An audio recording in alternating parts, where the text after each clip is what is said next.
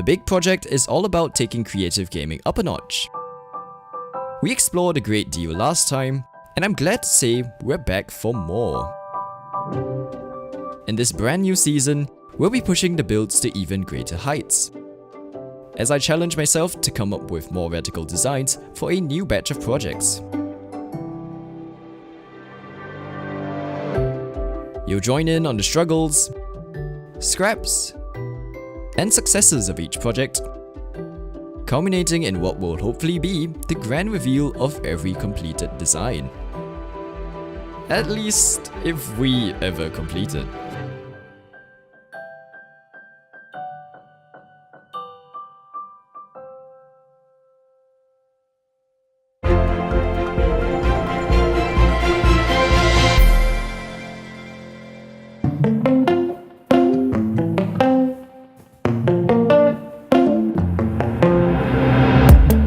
We begin our journey in the whimsical world of Windenburg, where residents have been waiting literally years for what I'm supposed to be building today. It was almost 2 years ago that plans were proposed for a shopping complex to be built right on the Offshore Islands, with an official launch in time for Christmas 2016. Unfortunately, just like a color wheel, everyone's still waiting. There were 2 attempts made at getting this build off the ground, but neither were very good, and since then, residents have been graced with a lovely ground of nothing. With how long everyone's been waiting, I finally decided that it's time to revisit this project, and create something I hope will make up for lost time. But before we re-embark on this project, let's first take a look at the abandoned designs to see what went right and wrong.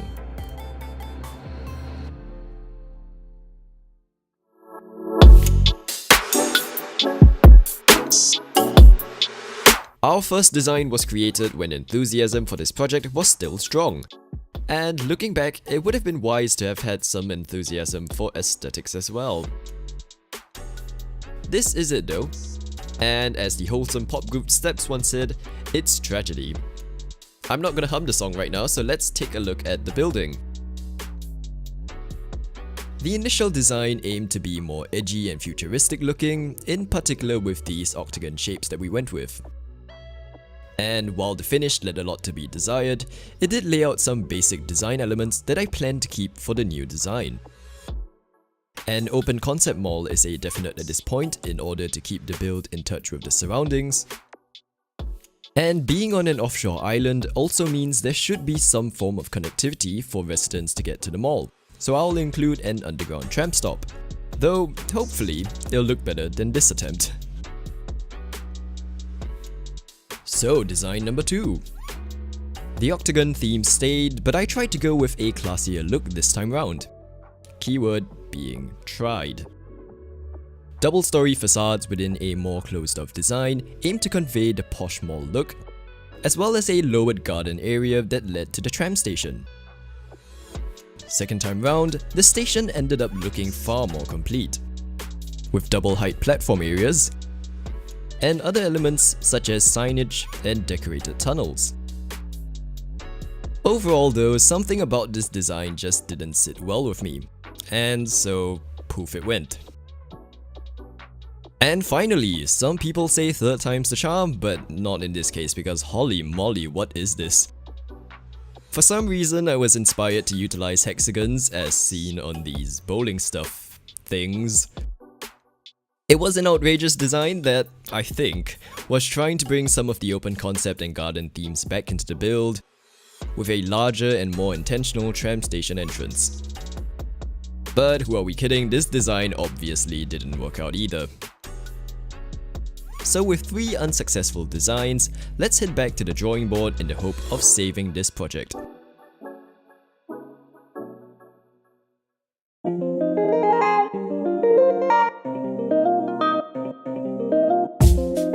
Welcome! You join me at said drawing board, also known as my iPad, where we are coming up with the new concept for the mall.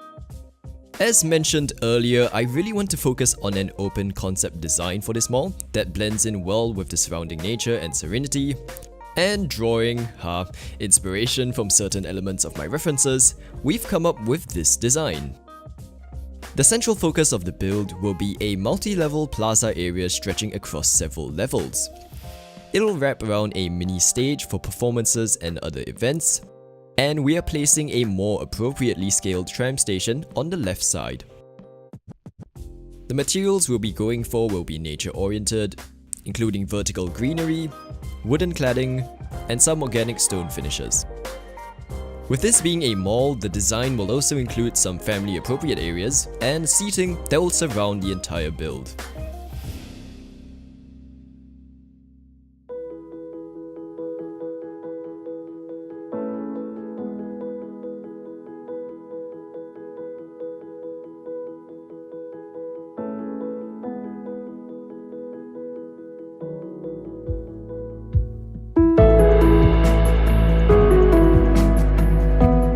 Behind schedule, but Windenburg's new offshore mall is finally opening its doors. There aren't actually many doors though, as the entire design incorporates an open concept that embraces the breezy surroundings. There's a lot to showcase in this build, so let's take a look around.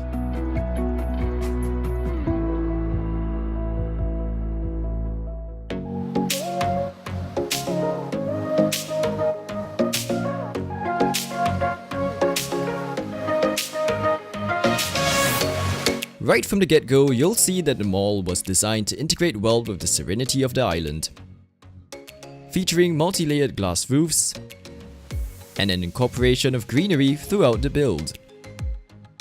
The asymmetrical design paired with a unique interlocking element out back offer visual interest, and the layering of shelter keeps the bulk of the mall weatherproof. The sunken central atrium features a stage for musical shows or general entertainment. And with open walkways spread across the various levels, there's a range of viewpoints to spectate any ongoing performances from. Residents can also chill out around the mall, with various lounging areas tied to the bookstore and cafe. For those seeking a bit more vitamin D, the outdoor offerings of the mall include a play area for kids, parasol seating for families, and a dedicated zone for pets. And of course, all the areas offer great vantage points of the surrounding landscape. There is also a multi-purpose space that can be adapted for different activities or events. In today's case, we have a roller skating rink ready for the residents to fall over on. Now, what's a mall without shops? That's right, failure of capitalism. So we'll prevent that from happening here with a variety of options for the residents.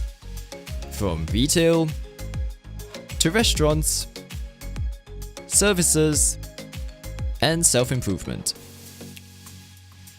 The various levels of the mall can be traversed by stairs, but elevators are also available for the less mobile. And of course, restrooms are also available for those potential bladder failures. Heading over to the tram station, the design seen previously has been simplified and shrunken down to create a classier appearance, and serves as an attractive transit point to and from the island.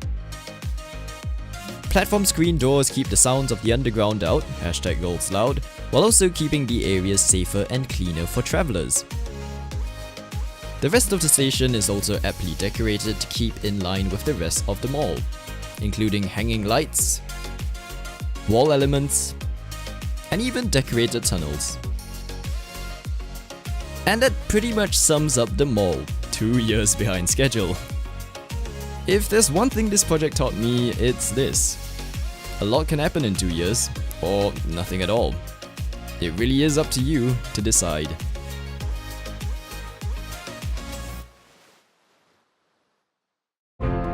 If you enjoyed this episode, please consider supporting the channel at patreon.com/theprojectgaming. For the price of a Twitch subscription per month, you can help keep this channel sustainable, as well as get access to behind the scenes content of my creative process, early access to new videos, as well as monthly private live streams where we can all hang out. The Offshore Mall is also now up on the gallery, and it's CC free, so hooray!